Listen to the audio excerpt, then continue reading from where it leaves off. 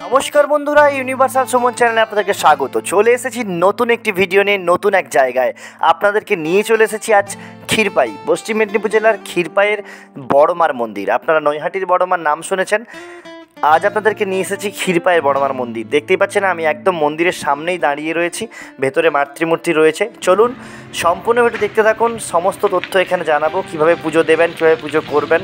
আর এক বিশেষ তথ্য রয়েছে, কারণ এই মন্দিরে আসলে আপনাকে নিজের পুজো নিজেকেই করতে হবে, কারণ এখানে কোনো পুরোহিত মশাই থাকেন না, শুধুমাত্র কয়েকটি কেবলমাত্র তিথিতেই পুরোহিত মশাই এখানে পুজো করেন। তো চলুন সম্পূর্ণ ভিডিও দেখতে থাকুন, লেটস গো। এই মুহূর্তে আমরা দাঁড়িয়ে রয়েছি ক্ষীরপাইয়ের যে বড়মার মন্দির। আপনারা নৈহাটির বড়মার নাম শুনেছেন, আর এটা হচ্ছে পশ্চিম মেদিনীপুরের ক্ষীরপাইয়ের বড়মা। এই মুহূর্তে মন্দিরে ডালা নিচ্ছে, ডালা কিনলাম 60 টাকা করে ডালার দাম। ডালাতে রয়েছে মিষ্টি, ধূপ, চাঁদমালা, মোমবাতি। আপনারা এখানে আসলে ডালাটা কিনে নেবেন। আর এখানে একটা বিশেষত্ব কী রয়েছে, এখানে আপনি নিজের পুজো নিজেকেই করতে হবে। কোন ডালাটা দেবেন?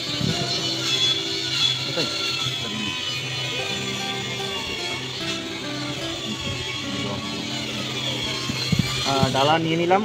চলুন ভেতরে যাওয়া যাক। এখানে কিন্তু প্রচুর পায়রা রয়েছে মন্দিরের ভেতরে, মায়ের অনুচর বলা হয় এদেরকে। আর নিজের পুজো নিজেকেই করতে হবে। চলে আসুন।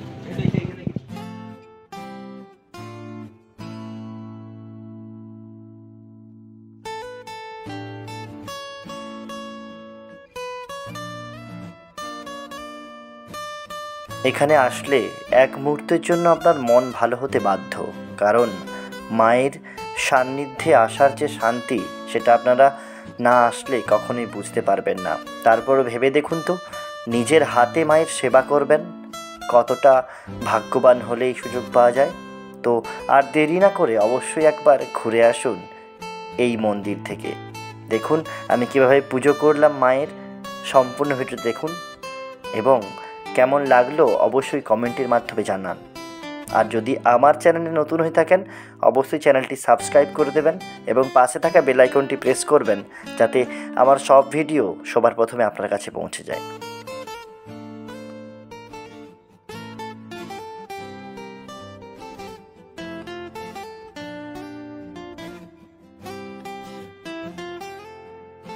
এখানে মা নাকি স্বয়ং বিরাজ করেন, মা নাকি এখানে খুবই জাগ্রত, ভক্তদের ভক্তিতে মা জেগে রয়েছেন এই মন্দির।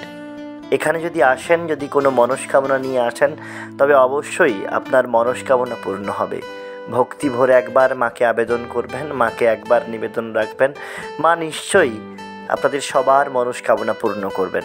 জয় মা, জয় মা, জয় জয় মা।